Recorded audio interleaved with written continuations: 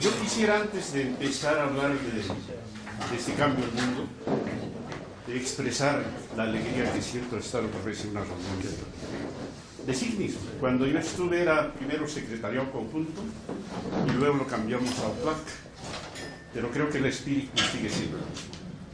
Acá estamos, los que pasamos por esta casa no salimos.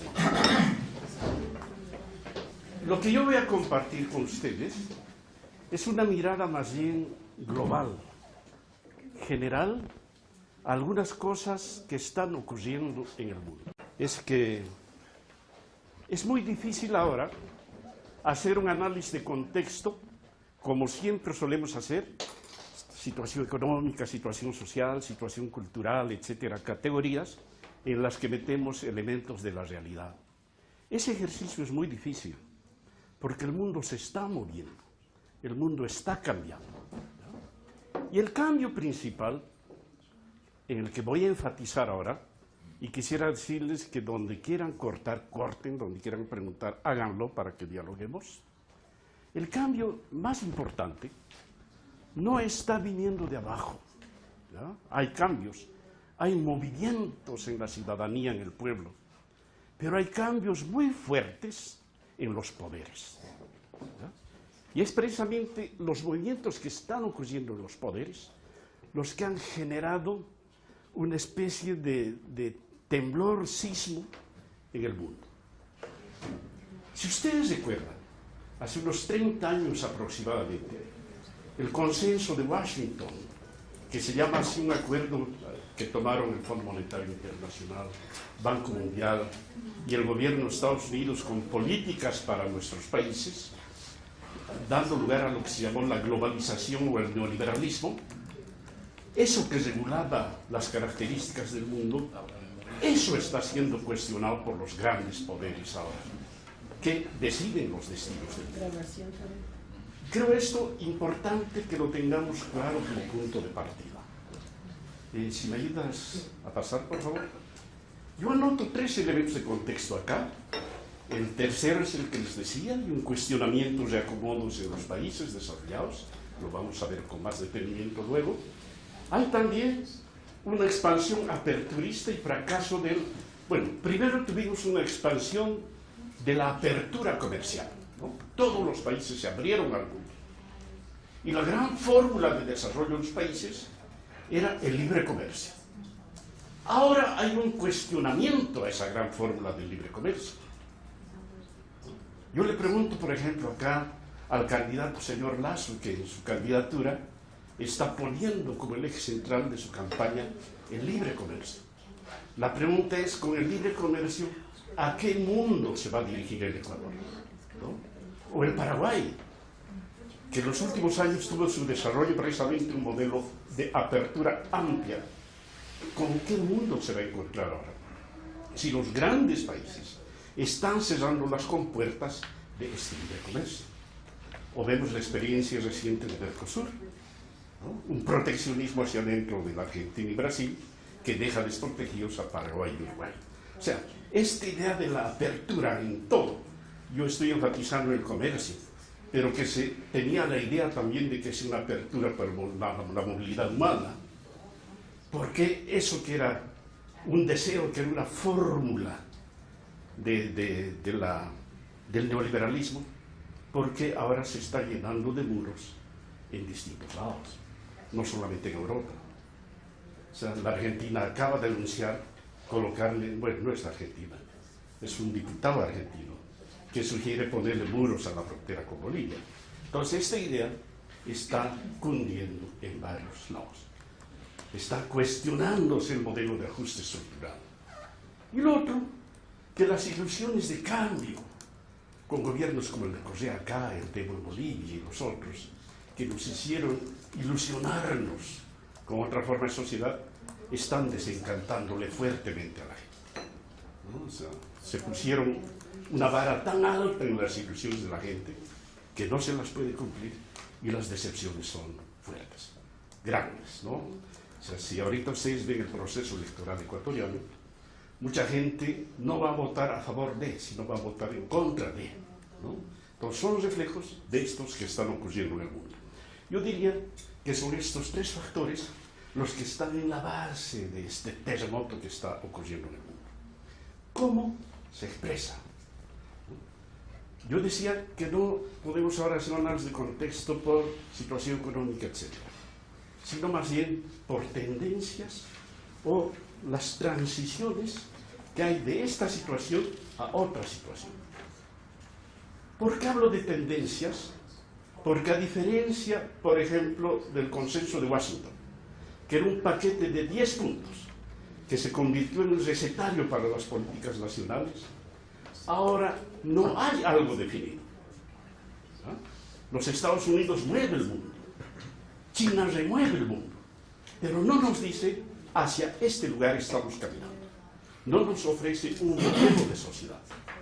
Por eso hablamos de que hay una transición que cuestiona el orden actual, pero no sabemos a dónde va. Ese es un serio problema que caracteriza al mundo que está cambiando. Vamos, por favor. Y estas transiciones pueden ser más, pero destaco especialmente cuatro. La primera es que hay un desorden mundial. Es muy difícil ahora hablar de orden mundial. Hay un desorden, este mundo se está desordenando. Se está moviendo, pero sin un rumbo fijo.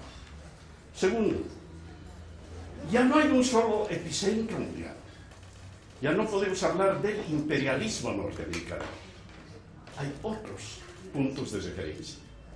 Voy a profundizar luego el tema porque es importante para nosotros como continente. El mundo se está convirtiendo en un lugar cada vez más inseguro. Más inseguro. Vamos a profundizar también. Y además insolidario. Y creo que hacia nosotros, como comunicadores católicos, este tema nos tiene que preocupar. Todo nos debe preocupar, pero especialmente creo que este. Y finalmente, estamos cada vez más complicados. ¿No? Paradojas de la vida, ¿no es cierto? El desarrollo tecnológico impresionante que tenemos. Pero no nos estamos comunicando. Ustedes entenderán que en lo que digo, tiendo a ser injusto con experiencias de comunicación como las de ustedes, que están haciendo lo contrario, están peleándola porque nos comuniquemos en el mundo. Quisiera que entiendan que la exposición que estoy haciendo es más bien general y desde un punto de vista de los grandes países, para ubicarnos en eso. ¿Sí? El desorden mundial. Primer punto. Dos elementos, dos expresiones de este desorden. La política proteccionista de Trump y el Brexit, ¿no es cierto?, que provoca la salida de Gran Bretaña de la Unión Europea. ¿Por qué son importantes? Bueno, uno, que son medidas económicas, comerciales, son humanas y son militares también. Cuando entendamos el proteccionismo estadounidense, no lo vamos a entender solamente como un proteccionismo de su producción, como los grandes medios de comunicación de los Estados Unidos nos lo quieren hacer ver, ¿no? El cuestionamiento al tratado con México-Canadá lo están mostrando eso, como que económicamente ya no les es rentable a los Estados Unidos, ¿no? Y con ese manejo mediático de ese tema, no están dejando que se visualice la magnitud que tiene el proteccionismo humano, o sea, la muralla, el muro que quieren tender por la frontera de México y el impedimento para la circulación libre de los latinos, y la consideración como ilegales de nuestros migrantes y la indiscriminación en la salida de los migrantes, aunque los diferencien como buenos y malos, ¿no es cierto?, los ligados a actos de terrorismo y los que no. No están diferenciándose, están echando prácticamente al cagado en la calle. Entonces el drama humano con el proteccionismo es muy fuerte y es militar también. Quisiera que recuerden un solo dato. Una de las primeras medidas de Trump fue el incremento de los gastos militares en los Estados Unidos, ¿no? Que no es solamente protección, obviamente, es también ocupación de territorios que, como sabemos, en la última época estuvieron dirigidos especialmente a aquellos países con riqueza petrolífera. Venezuela va a seguir en la vida, por supuesto. No están logrando una intervención violenta, es la intervención de otra naturaleza. Pero el militarismo es algo a lo que nos debemos enfrentar. Miren, hermanos, a esto nos estamos enfrentando en el mundo. Y son medidas muy fuertes. O sea, la medida que toma Trump con el cuestionamiento del Tratado de Libre Comercio con México y Canadá podría ser, digamos, más importante para los Estados Unidos, más decisivo para México, sin duda, ¿no? O sea, porque Estados Unidos es un gran mercado para la producción manufacturera, digamos, barata, pero también por la instalación no solo de maquilas, sino de representaciones de multinacionales en el territorio mexicano que les generaban empleo. Ya no habrá más. Con la afectación para México va a ser brutal. Pero no debería llamar tanto la atención porque eso es siempre una posibilidad. Lo que llama más la atención es la salida de los Estados Unidos del Tratado de Comercio con los países del Pacífico. El Tratado Pacífico, no sé cómo se llama. Bueno, luego agarro el nombre exacto. Se llama así, ¿no es cierto?, de los países del Pacífico. Le deja la iniciativa a China y los Estados Unidos se retira de este tratado que hasta el año pasado era la expresión más fuerte de alianza entre los grandes poderes del mundo. Ahí estaba China, ahí estaban los Estados Unidos, estaba México, estaban los países de la Alianza del Pacífico, de América Latina, más allá, pero los que mueven la economía del mundo. ¿Cómo es que Estados Unidos se retira de ello? ¿Cómo es que no participa de la gran fórmula de manejo de los destinos de este mundo? Eso sí que nos debe llamar la atención. Y llama la atención también que en el último foro económico, el de Davos, Obama prácticamente fue opacado por el presidente chino. Obama fue con un mensaje que prácticamente no decía nada en el orden económico. Pero quien decidía las políticas allá fue Xi Jinping. Fue el presidente chino el que prácticamente dictó las normas de lo que se tiene que seguir haciendo. Y China lanzó propuestas de mayor apertura comercial. Pues claro, lo que nos tenemos que preguntar es cómo en un mundo así los Estados Unidos se autoprotegen. ¿Qué es lo que debemos esperar con esta medida? No está claro y yo no tengo la respuesta para decírselas. ¿Acaso la única respuesta que podemos encontrar es que Estados Unidos está sacando un pie de sus relaciones internacionales con el resto del mundo, pero pareciera querer meter con energía el otro pie en América Latina? Pareciera querer recuperar una presencia en la región que la perdió hace mucho tiempo.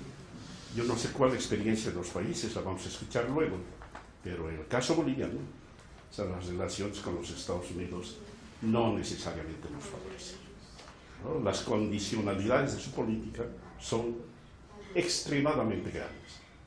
Entonces, el mundo se desordena con esto. Naturalmente el Brexit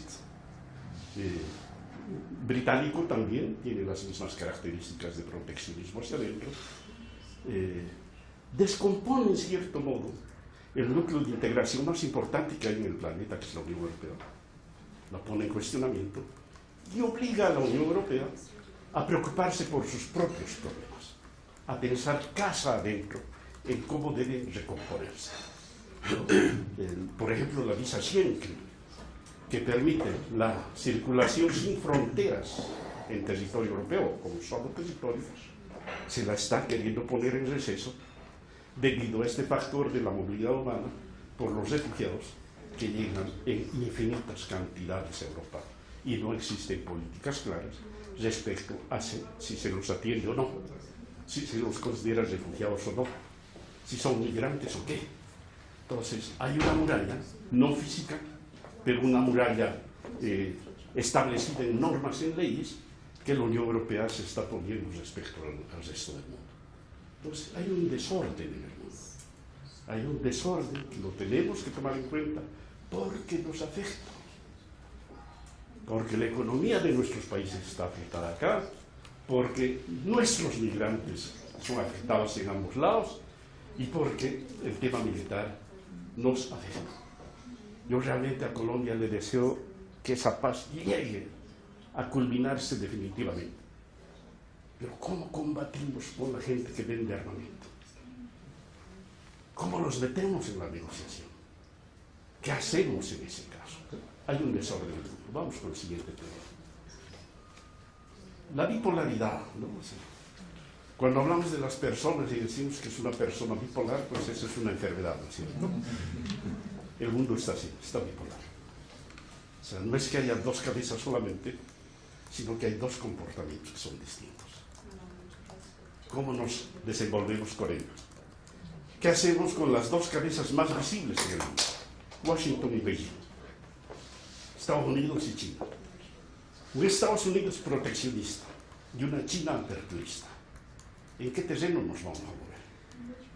Yo creo que este elemento nos tiene que hacer ver con claridad por qué China ahora es el principal socio comercial de muchos de nuestros países, ¿no? Sin duda de Perú, hace tiempo de Colombia, de Ecuador en este momento. Bueno, casi todos los países tenemos nuestro principal socio en la China.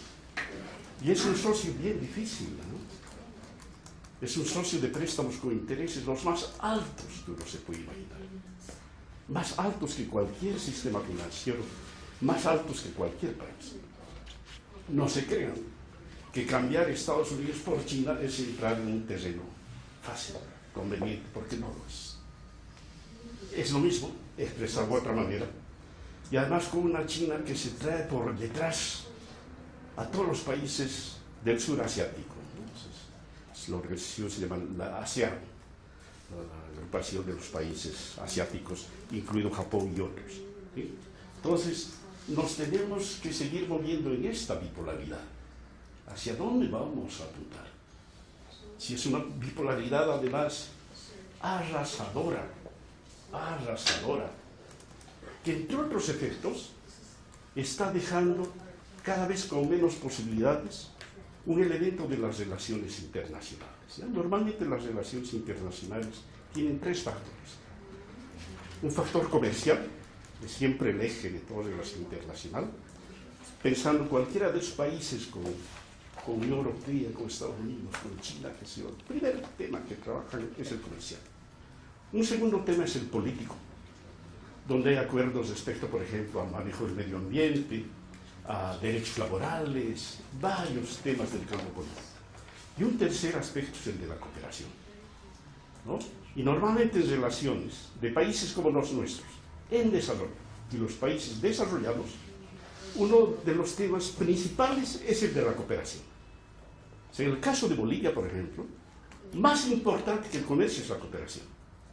La cooperación que permite inversiones en carreteras, en escuelas y otras cosas, y es una cooperación conveniente. Este tercer factor, la cooperación, está disminuyendo fuertemente. Prácticamente está desapareciendo, tanto en la política de Estados Unidos como de la China. Y en lugar de cooperación, lo que está viendo nuevamente son créditos. Si ustedes se ponen en la situación de un gobernante de país, se tendrían que preocupar, porque está desapareciendo uno de los elementos que más nos permitía movernos, desenvolvernos en nuestras políticas nacionales. Vamos, por favor. El mundo insolidario e inseguro. Es inseguro este mundo, definitivamente. Y lo digo no solamente por lo que vivimos en las calles nuestras con la inseguridad ciudadana, sino por cosas más de fondo como estas. El incremento de la xenofobia. No lo neguemos. Lo peor que podríamos hacer es negar que hay racismo, que hay xenofobia. Creo que nos corresponde asumir que sí lo hay. Y lo hay, como hemos visto, con los muros en los grandes países, pero lo hay cada vez más de manera preocupante en los nuestros. Nos estamos cerrando las puertas en relaciones entre nuestros propios países. Tú lo sientes. Los brasileños, ¿no? Hay una relación compleja. O los bolivianos en Chile o en la Argentina, ¿no? O los colombianos acá. Tú te salvas, ¿no? Te salvas.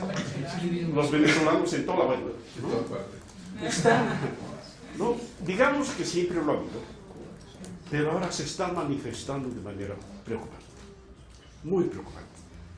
Yo no quisiera que se cumpla lo que digo, pero se está naturalizando la xenofobia y el racismo. Ojalá podamos combatir eso. El aumento de la inseguridad y la violencia, ¿no? Sin duda. Sin duda. O sea, pues, en las calles se están matando por celulares. Estamos desconfiando unos de otros permanentemente. Cuando a mí me tocó irme a vivir a Lima para la comunidad andina, todo el mundo me decía: no te vayas a Lima, es el lugar más peligroso del mundo, te van a asaltar, les van a robar, le van a violar a tu mujer, no te vayas. Nos generaron una situación de extremo miedo. Finalmente no pasó nada, porque no supimos mover bien. Pero estas imágenes de ciertas situaciones, países, son reales. Y me imagino que ustedes las viven cotidianamente en los lugares donde están. Y está creciendo. Me preocupa particularmente la situación centroamericana y la problemática de los maras, ¿no? Que nos está expresando que es una violencia que se está ligando cada vez más al narcotráfico, a la droga, ¿no? O sea, ya no es solamente robar por robar, es robar con un padrino por detrás. Será microtráfico, será lo que sea, pero es droga. Y es destrucción fuerte de la cohesión social, familiar, individual y lo que sea. Aumenta la inseguridad y la violencia. Desplazamiento del terrorismo.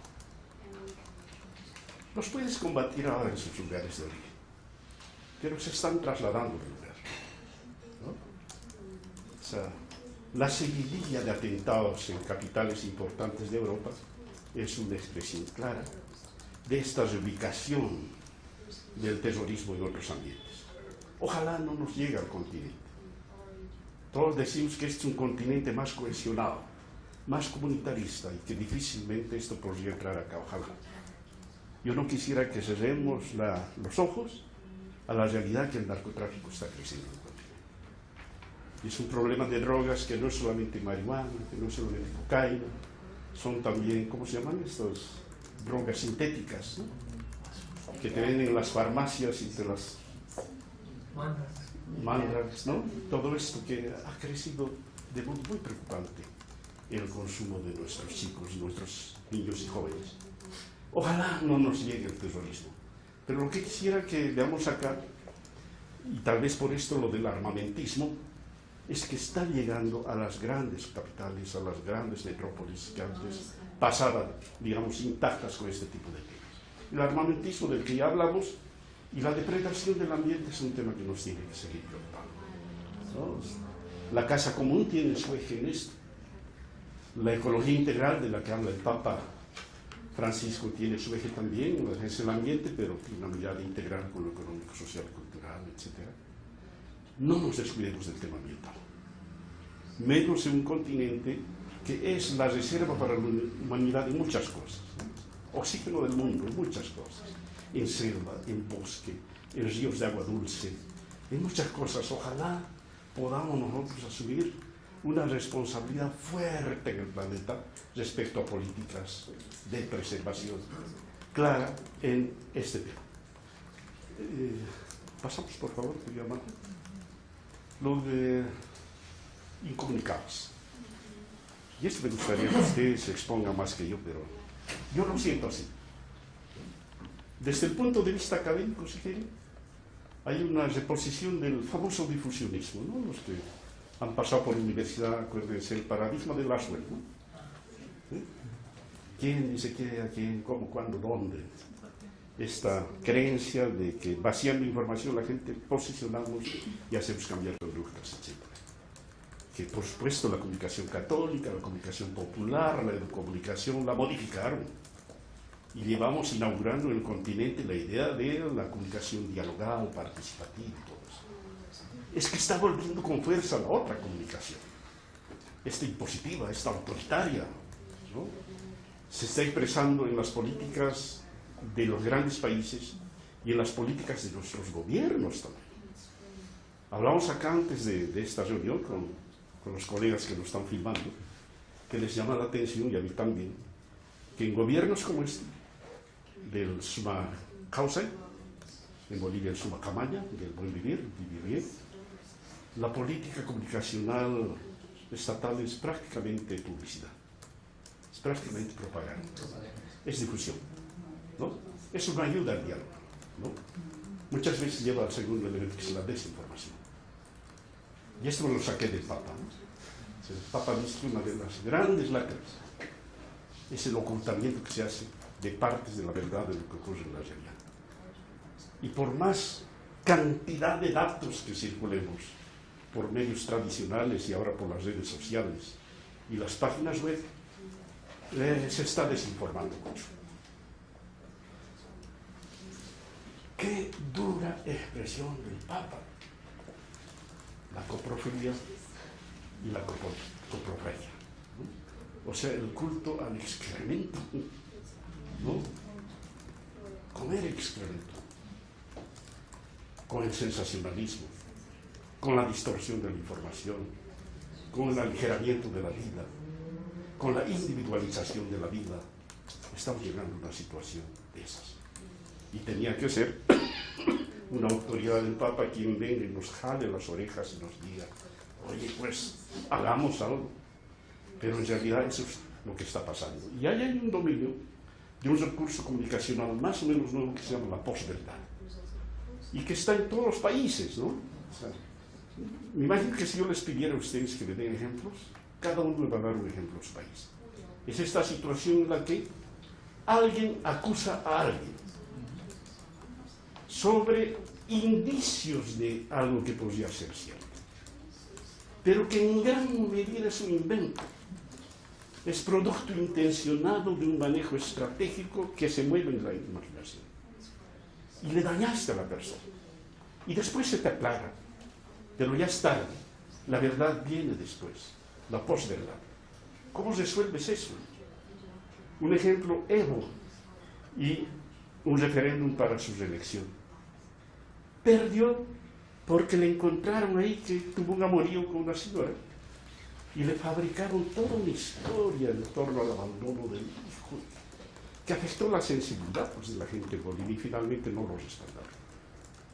Cuando después de que pierde el referéndum, se aclara que esto no era tan cierto, era parcialmente cierto, era tarde. ¿Ya qué haces con eso? Y es la posverdad. Es como cuando en un medio de comunicación tú dañas a una persona, no mides lo que se llama la censura previa. Después puedes hacer aclaraciones en el tiempo y espacios que correspondan, pero ya el daño está hecho. Entonces, este recurso se ha hecho muy común en el manejo de la comunicación en el mundo. Es la característica, si ustedes quieren, central. Ahorita las elecciones ecuatorianas están plagadas de eso. Se acusan unos a otros sin pruebas claras, ¿no?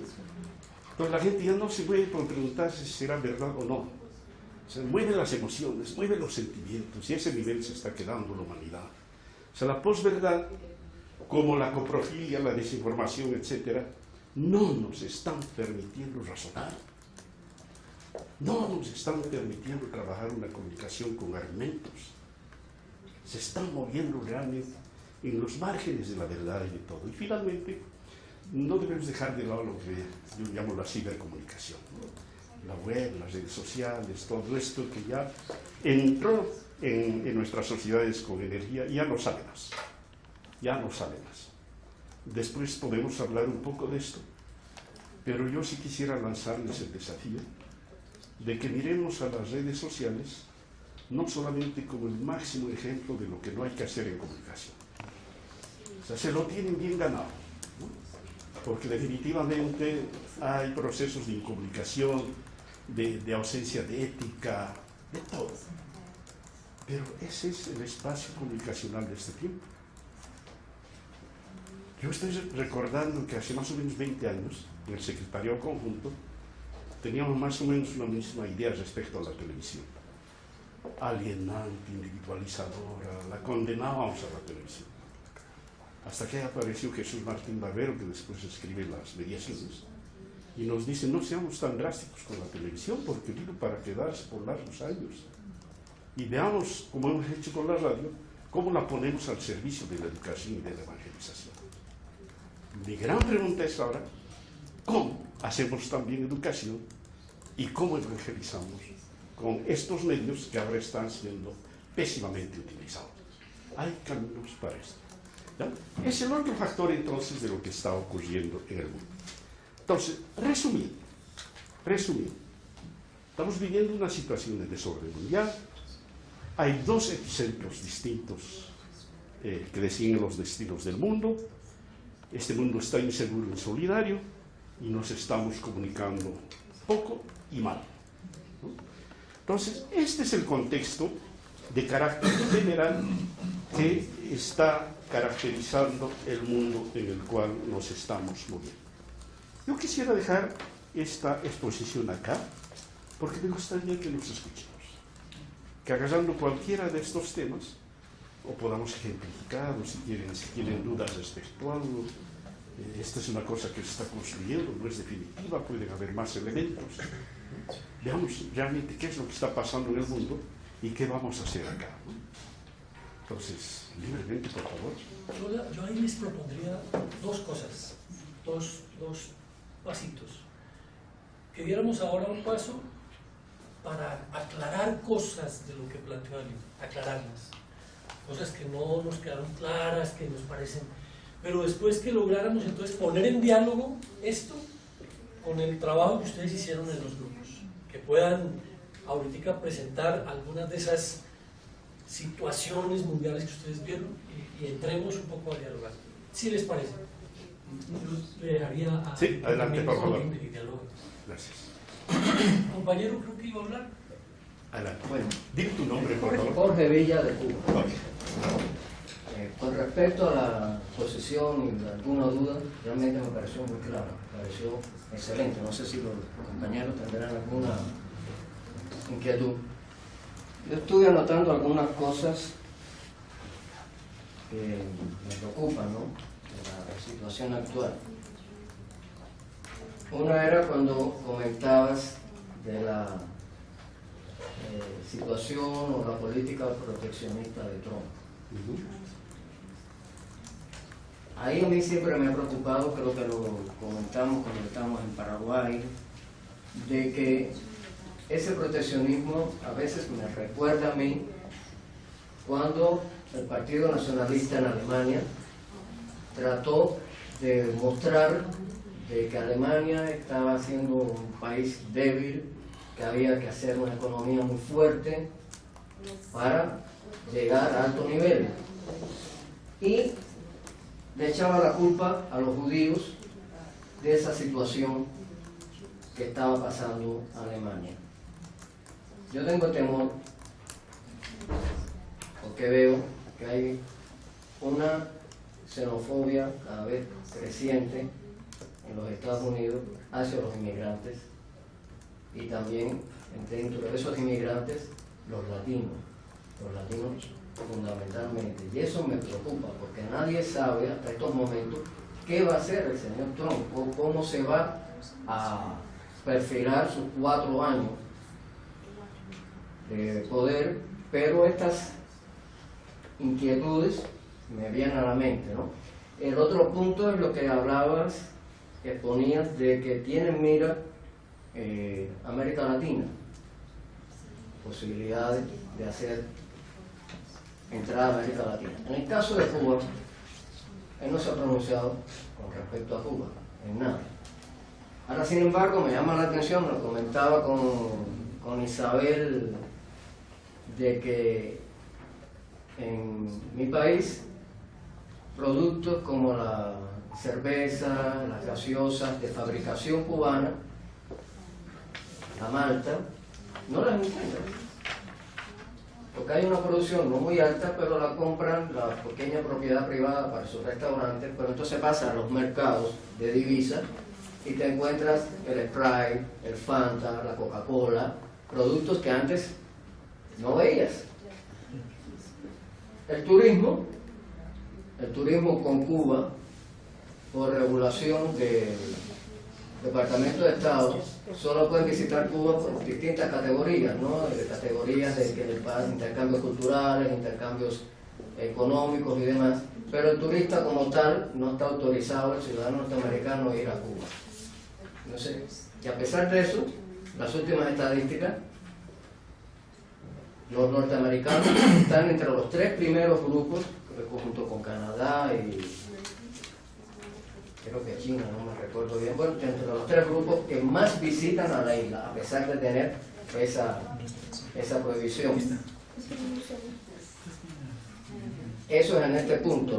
Lo otro que había notado era, bueno, también dentro de esto de las políticas, las líneas aéreas en estos momentos que más están llegando a Cuba son líneas aéreas norteamericanas.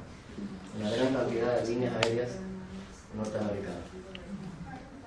Sobre la bipolaridad de que la política de Estados Unidos proteccionista, como estaba comentando, y que la de China es aperturista, pero también con grandes tasas altas de interés. China es el principal aliado comercial de Cuba. Pero en Cuba se dice, los chinos son comunistas pero no bobos. Si no les paga, te retiran la ayuda. Si no les dan los intereses que tienen que hacer, te retiran. Hay un gran hotel que estaba en construcción, no hubo pagos al momento y los chinos se retiraron. O sea que es también una apertura, pero apertura con ciertos matices de voracidad capitalista. Y con respecto a la xenofobia, desgraciadamente, es cierto que estoy observando en el mundo, en nuestra América, xenofobia. Xenofobia que la vivo con mis compatriotas cubanos, como está pasando quizás con los venezolanos, que están yendo a muchas partes del mundo y lo ven quizás como una plaga, porque van cubanos de todo tipo, ¿no? Gente muy educada, gente muy preparada y gente que no lo es. Pero a veces lo que me molesta es que se toma esa actitud de xenofobia y llegan los cubanos, ¿no? Pero ¿por qué emigran los cubanos? ¿Cuál es el problema? ¿Cuál es la situación? Entonces se ve una consecuencia que, digamos, la cuestiona, pero tampoco se cuestiona cuál es esa causa, que son muchas, no voy a entrar aquí a... Bueno, perdón, eso es lo que quería. Muy bien, Jorge. Quisiera responder a Jorge y después pues, intervenimos y acumulamos algunas intervenciones. ¿Sí? Pero hay cosas que dijo Jorge que no quisiera dejar pasar. ¿Sí? La primera en relación al proteccionismo. ¿Por qué la política de Trump? ¿Por qué el Brexit? Un elemento que no podemos ignorar es que ambos son consecuencia del voto ciudadano. ¿Sí? O sea, tienen el aval de que ganaron un referéndum y que ganaron elecciones. No importa la forma como ganaron, ¿no es cierto? Que Trump tuvo menos votos que la señora, pero ganó. Y eso, en cierto modo, es un aval ciudadano a una política que está ocurriendo. Y no podemos negar, especialmente en el caso estadounidense, que hubieron migrantes latinos que votaron a favor de la política. Dicen que son los instalados hace más años, los que se sienten afectados por los nuevos migrantes en la estabilidad que lograron, dicen. Esto, obviamente, no puede apagar una otra realidad. Y es que los farmers, ¿no? Los agricultores rubios gringos, son los que votaron mayoritariamente por Trump. Y que son los campesinos blancos del norte de Inglaterra los que pesan para el voto del Brexit en favor de la salida de la Unión Europea. O sea, no podemos dejarlo pasar, porque estás reflejando una cosa que tú dices, Jorge. O sea, la xenofobia no es solamente un problema de reflejo de que tú ves gente distinta a ti y que te provoca resistencia y rechazo. Ni es solamente consecuencia del manejo interesado de los medios de comunicación.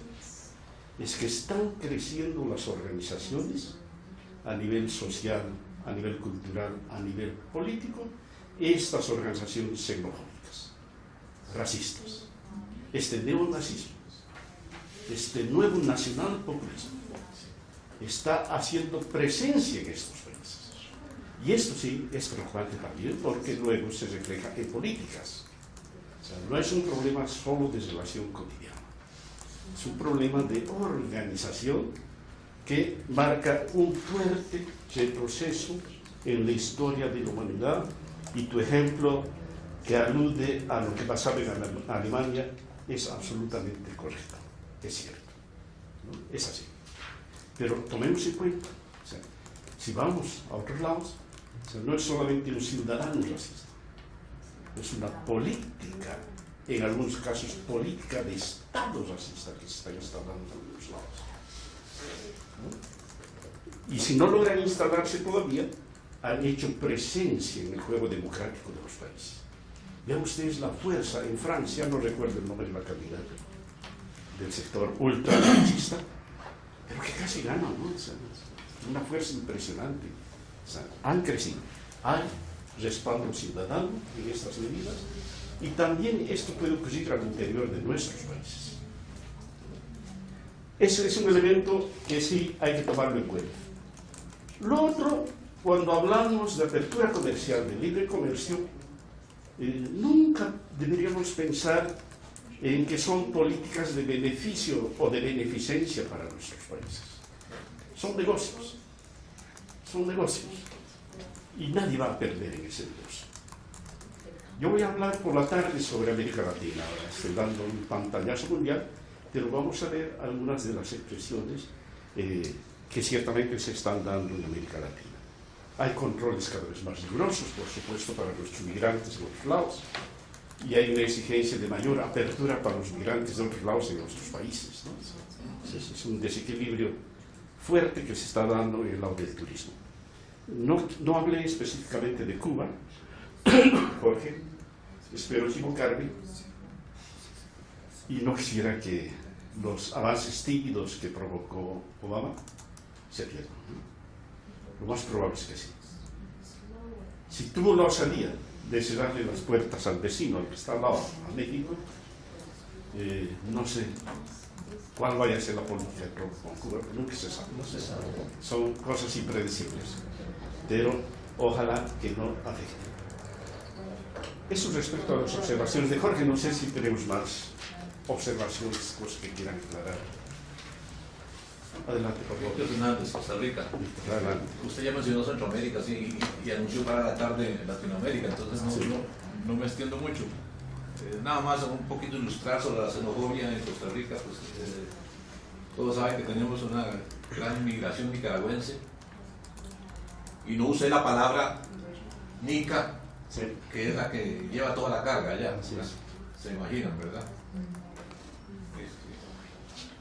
Porque es mucha cantidad de personas que están conviviendo con nosotros y trabajando, muy trabajadores, sí.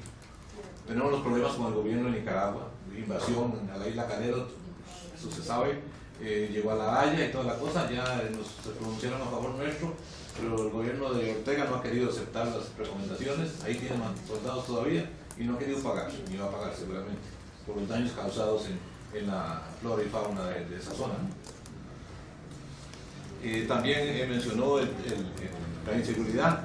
Somos puente del narcotráfico a gran escala. Todos los días grandes toneladas de cocaína y otras cosas que la policía nuestra decomisa. Todos los días en la televisión hay allanamientos en las casas donde sacan cantidades y se lleva gente presa por un montón de droga que circula, mucho dinero decomisado, pero también mucho de lavado que está ahí ya invertido. Hay un tratado con los Estados Unidos basado en el control del narcotráfico. Me llamó mucho la atención, y para ya cierro, al salir por mi aeropuerto, ver a mis policías vestidos con uniformes gringos. No me gustó para nada. No es que soy un reaccionario al extremo, pero no me gustó. Ver a las muchachas y los muchachos, la mayoría jóvenes, y yo le dije, bueno, ese uniforme es gringo. Me dice, sí. Obviamente un muchacho campesino, de extracción campesina, que estaba ahí en el aeropuerto, es una policía especial de la vigilancia aérea. pero no me gustó para nada verlos con la...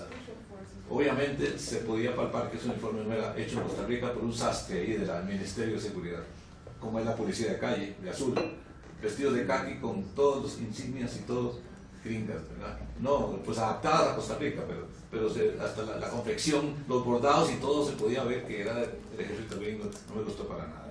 Muchas gracias. ¿Alguna intervención más? Adelante, por favor. Igual, ¿Tu nombre? Alejandro Carlos, de Chile. Igual voy a hacer el mismo alcance que hizo Víctor, igual como vamos a hablar de América Latina Sí. a la tarde, pero una cosa que me pareció interesante, porque lo había pensado hace como 2 años atrás, este cambio de eje norteamericano y chino, ¿no? Pensando que Chile es uno de los países que se abrió al mundo y tiene miles de tratados con los chinos y con los norteamericanos. A propósito que en Chile yo no sé si ustedes saben, pero se está haciendo un corredor bioceánico que va a traspasar el continente por la parte sur.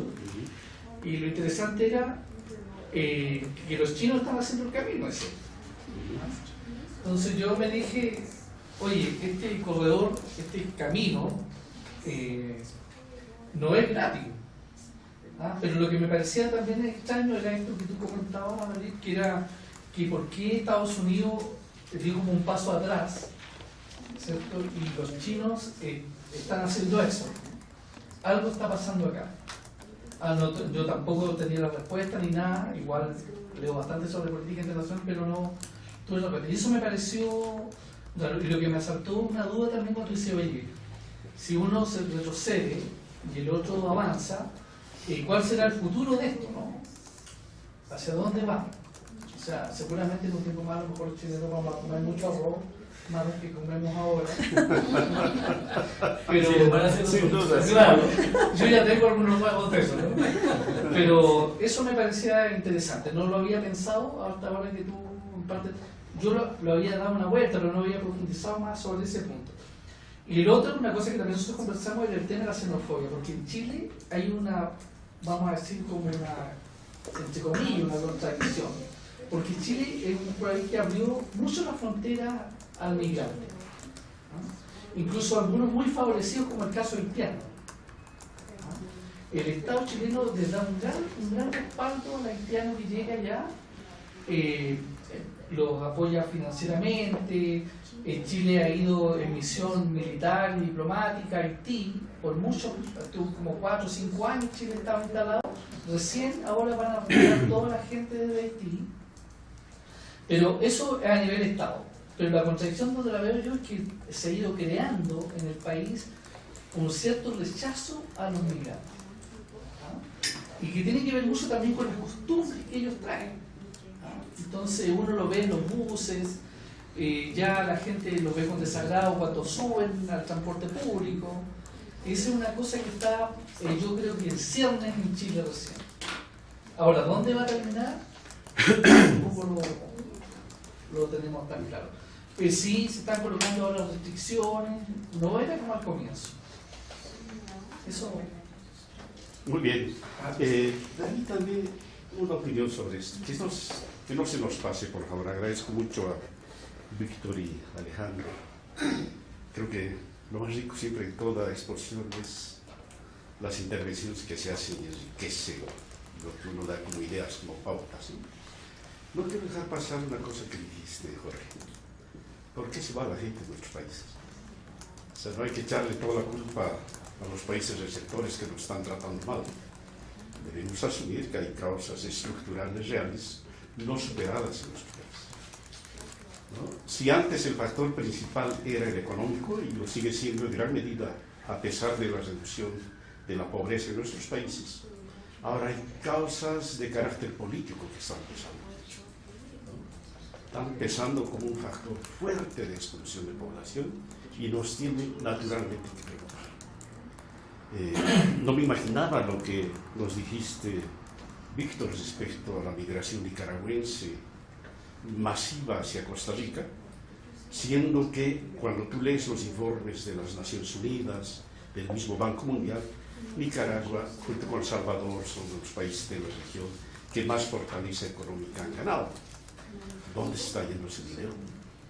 cómo está funcionando la distribución de la riqueza en nuestros países y por qué la migración sigue siendo importante, o hacia los países vecinos o hacia otros lados. Obviamente que cuando toquemos el tema, este tema central no lo podemos dejar pasar. Hay un fuerte grado de responsabilidad en las políticas de nuestros países, indudablemente. Es el caso de mi país, de Bolivia. Yo estoy viviendo fuera ya 10 años de Bolivia, pero además de tener en el corazón la tengo siempre presente en los datos. Bolivia es un país que cuando asume la presidencia tenía 10.000 millones de déficit en su balance de pagos. Hasta el año pasado logró un superávit de 17.000 millones, o sea, económicamente está bien. Se redujo la pobreza de 48 al 19%, pero sigue siendo un país pobre, ¿no? Siguen habiendo fuertes déficits en las políticas nacionales y eso hay que trabajar. O sea, definitivamente la opción por los pobres de proyectos como los nuestros tienen que seguir siendo una bandera que guíe nuestras políticas y nuestras acciones. Es un tema. Lo otro, respecto a este carácter bipolar de las relaciones, hay más actores. Yo mencioné este es el proceso hacia lo propio de la Unión Europea, este cerrón que puede ser transitorio. La Unión Europea no puede no aparecer en escena nuevamente de manera importante. Y la Unión Europea, a diferencia de las políticas internacionales de otros bloques, es un bloque que trabaja mucho el tema de la cooperación. Si ustedes quieren, en muchos sentidos, es un socio que conviene tenerlo al lado, por este tema de la cooperación que toma en cuenta un tema que las otras potencias no manejan, lo ignoran, el tema de las asimetrías. O sea, negociaciones de la Unión Europea, acuerdos de la Unión Europea con otros, invierten fuertemente en aspectos que permitan a los países más pobres superarse y ponerse al menos al nivel de nosotros. O sea, es un socio importante que está de lado. No mencioné a Rusia. Rusia es un actor importante en este proceso, que de momento está inteligentemente nadando en las dos aguas, ¿no? Nada en el lado estadounidense proteccionista y nada en el lado de la China. Se está ubicando. Y está logrando en el imaginario una cosa que Rusia la quiere en su política, es que la veamos como un aliado potencial, ¿no? Que está ahí, está haciendo un juego absolutamente inteligente. Y en algún momento aparecerá, porque sin duda que es otro factor que pesa en las relaciones del mundo, no tanto como la China con el Pacífico, mucho Rusia hacia lo africano y la parte de Asia más cercanos hacia ellos, y está entrando pues en América Latina. Está entrando, ¿no? En muchos lados con la imagen de la vieja ex Unión Soviética comunista, que ya no lo es para nada. Pero a mí me llama la atención cuando el señor Maduro recurrentemente habla del aliado ruso en esos términos de una alianza comunista que había antes y que ya no la hay más. Eso en cuanto a estas cabezas, pero de momento, digamos, como tendencias, ahí está proteccionista y ahí está aperturista. La otra cosa que yo creo es que el hecho de que Estados Unidos deje el aperturismo no debemos tomar como una cosa definitiva, sino más bien como un fuerte interrogante: ¿qué es lo que viene después? Los analistas ven algunos precedentes. En la gran crisis mundial de los años 30, si se recuerdan ahí cuando aparece Al Capone, toda esta historia de ese momento de la humanidad, también Estados Unidos asume una política proteccionista. Y la asume con una finalidad clara. Es un proceso de industrialización fuerte de su economía, ¿no? Al punto que con los procesos de industrialización los Estados Unidos se convierte en la primera gran potencia del planeta. Proceso que va a durar por casi un siglo, ¿no? Entonces, lo que nos debemos imaginar, que algo así se viene nuevamente con los Estados Unidos. No es que le va a dejar a China que se agarre el mundo occidental, es que va a aparecer nuevamente en escena con algo donde él es el gran decisor de las políticas en el mundo. Y hay algunas vías que están surgiendo. Por ejemplo, la energía, ¿cómo se llama este? De la bioenergía. ¿Sí? que nosotros, la eólica, todo lo demás, Energías renovables. las energías renovables, ¿no? Hay indicios de que por acá aparecerá una gran política mundial comandada desde los Estados Unidos. Y los países donde tenemos las más altas posibilidades para manejar los hilos de este tipo de políticas, nuevamente estarán dependiendo de lo que una zona más industrializada nos exija a nosotros, seguir siendo pues productores de materias primas y proveedores de estos desarrollos. Veamos, pero no nos confiemos. Esto que es tendencia, esto que es de momento una transición, no es definitiva. Los Estados Unidos no puede perder, sobre todo a los socios latinoamericanos y caribeños. Pues eso, habían varias manos levantadas. Ahora hay todas las manos. Todas las manos, todas. Vamos a ver. Solo les quiero sugerir que creo que es el momento para que pongamos en la mesa lo que ustedes trabajaron en los grupos también. Porque acuérdense que estábamos tratando de mirar elementos globales que están incidiendo en nuestros países. Y entonces, si quieren, aprovechemos para ir poniéndonos en diálogo con esta mirada que estamos tratando de completar. Que no quieres que nos escuchemos exponiendo. No. Ese es el tema. Lego Manini, Ciências Brasil. Alguns aspectos também que não sei se faltou aqui, que faz parte de toda essa complexidade, é o uso das religiões, né? Não sei se no segundo momento, e principalmente, não sei se, como é que você poderá nos mostrar em relação a isso, né? A utilização do pentecostalismo como uma bandeira de um novo colonialismo, enfim, a própria ascendência dos muçulmanos, e mesmo nós dentro da igreja vivemos uma bipolaridade. Nós temos um Francisco por um lado, e por outro lado nós temos uma igreja que se movimenta para o Concílio de Trento ainda, quer dizer, eu percebo que nós temos ainda também, dentro desse contexto, a utilização da fé como há 500 anos atrás, no colonialismo, se utilizaram da religião para implantar modelos novos, né? Essa é a minha contribuição. Muchísimas gracias, muy importante. Sí, por favor. ¿Tu nombre? Yo soy Isabel de Silvis, Argentina. Adelante, Isabel, por favor. Bien, por ahí me quedaron algunas cuestiones. Una que justamente por los procesos de internacionalización de la cultura, me parece que una de las variantes también a tener en cuenta es el tema del relativismo cultural.